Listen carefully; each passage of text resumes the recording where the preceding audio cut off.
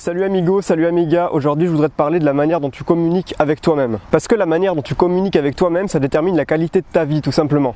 C'est aussi ça qui va déterminer ta réussite dans n'importe quel objectif, que ce soit arrêter de fumer, perdre du poids, devenir bon dans un domaine. Si tu as une communication intérieure, une communication mentale qui est mauvaise, mais tu vas avoir beaucoup de mal à atteindre ton objectif. Alors que si tu as une bonne communication mentale, si tu connais les clés pour bien communiquer de manière efficace avec ton subconscient, et bien là ça va tout changer. Alors dans cette vidéo, je vais t'expliquer quels sont les mots que tu vas devoir bannir de ton vocabulaire à jamais.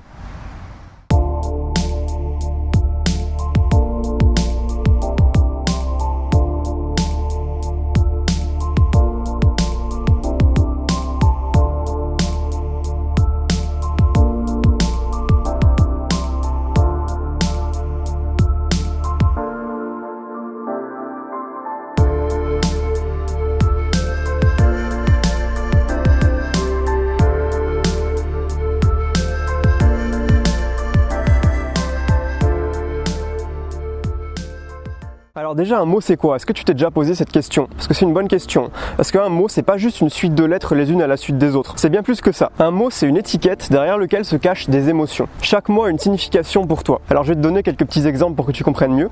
Alors admettons que tu insultes quelqu'un. Et bien cette personne va très probablement se mettre en colère. Parce que tu lui auras dit des mots qui vont la blesser. Alors que si tu insultes de la même façon par exemple un Allemand qui parle pas un mot de français, et bien tu lui auras dit les mêmes mots mais lui il va probablement pas réagir. Chez toi le mot ou la suite de mots a déclenché une réaction émotionnelle. Un autre exemple, pour ceux qui sont encore dans les études, quand on fait l'appel en classe, quand le prof prononce le nom de vos camarades, ça vous fait pas grand chose émotionnellement, parce que derrière le nom de vos camarades, il n'y a pas grand chose. Mais dès qu'on dit votre nom, et bien là, vous savez que vous devez réagir, ça déclenche une réaction émotionnelle en vous. Voilà le pouvoir des mots. Du coup, peut-être que tu te demandes pourquoi je te dis tout ça.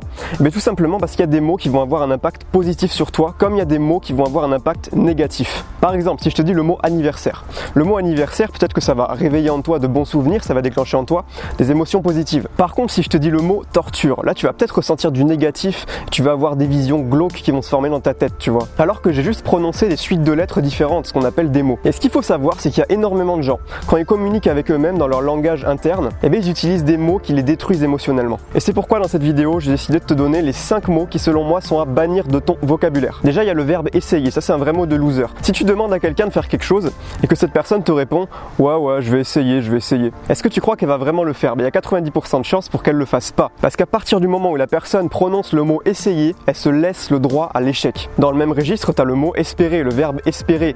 J'espère que je vais y arriver. Oh, j'espère que ce sera pas trop dur. Ça c'est pareil que essayer, c'est un mot de loser derrière lequel se cache un sentiment d'échec, une émotion négative d'échec. À partir de maintenant, dans ton langage intérieur, les mots espérer et essayer doivent être bannis de ton vocabulaire. Au lieu de te dire je vais essayer de le faire ou j'espère que ça va marcher, tu peux te dire je vais le faire, ça va marcher. Un troisième mot à bannir, c'est la flemme. J'ai la flemme de faire ci, j'ai la flemme de faire ça. Quand tu te répètes ça intérieurement ou même extérieurement, tu entraînes ton cerveau à devenir une vraie loque, à devenir une vraie feignasse. Ce mot, il a un vrai pouvoir de démotivation. Et d'ailleurs, tu remarqueras que ceux qui font rien de leur vie, en général, ils se disent ça souvent. Même quand tu discutes avec eux, tu peux remarquer qu'ils emploient souvent ce mot, la flemme. Donc arrête d'avoir la flemme, si tu as envie de faire quelque chose, tu le fais, tu prends l'habitude de le faire, c'est tout. Ensuite, il y a le mot, c'est encore 2 mots, le mot fait chier. Ouais, ça fait chier, putain, bordel de merde, ça fait chier. Ça, c'est le mot des râleurs, tu vois, c'est le mot des gens qui sont en dessous des circonstances. Et derrière ce mot, cette étiquette, on a vu que les mots c'est des étiquettes, se cache une émotion qui est la frustration. Parce que quand tu es là à te dire ouais fais chier, putain ça me saoule, fais chier, et bien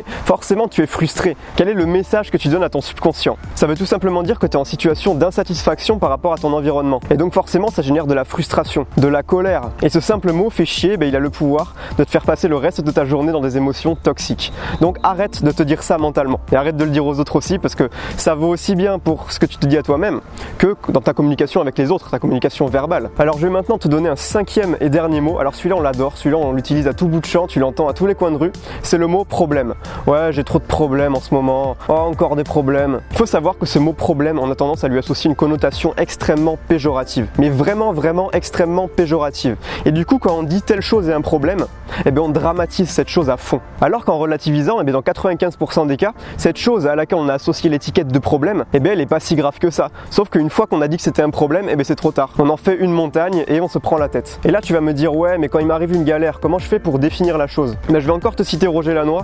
Roger Lannoy il dit le mot challenge. J'ai pas de problème, j'ai que des challenges. De cette façon, mais tu vois ce que tu appelais avant un problème comme un défi, une épreuve qu'on t'envoie pour te tester. Et de cette manière, tu peux affronter ton problème avec beaucoup plus de facilité et tu peux vraiment prendre la chose comme un jeu. Du coup voilà, dans ta tête, arrête de te dire ouais j'ai des problèmes, dis-toi j'ai des challenges. Comme ça tu vas avoir beaucoup plus de motivation, beaucoup plus d'entrain pour résoudre cette petite galère qui t'arrive. Donc voilà pour ces 5 mots, il y a essayer, espérer, fait chier, la flemme et problème. Alors bien sûr il y a plein d'autres mots comme ça négatifs qu'il faudrait que tu supprimes de ton esprit, mais ceux-là c'est vraiment les 5 que je considère comme les pires. Alors maintenant comment tu vas faire pour les bannir de ton vocabulaire?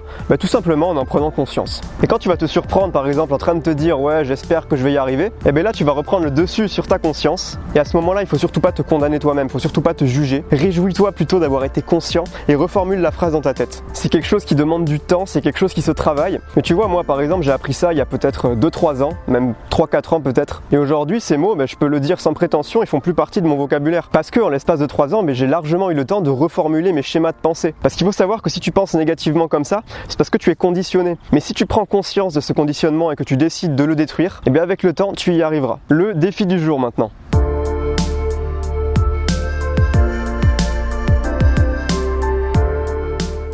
Le défi du jour, tu l'auras sûrement deviné, c'est aujourd'hui, au cours de la journée, tu vas surveiller ton langage mental, tu vas surveiller les mots que tu emploies pour parler avec toi-même. Et si tu détectes un des 5 mots que j'ai cités, tu vas reformuler la phrase. Tu vas surtout pas te condamner, tu vas reformuler tout simplement. Tu vas prendre conscience du fait que tu as employé ce mot et tu vas t'en réjouir et tu vas changer la formulation de ta phrase, tout simplement. Commence dès aujourd'hui et je compte sur toi.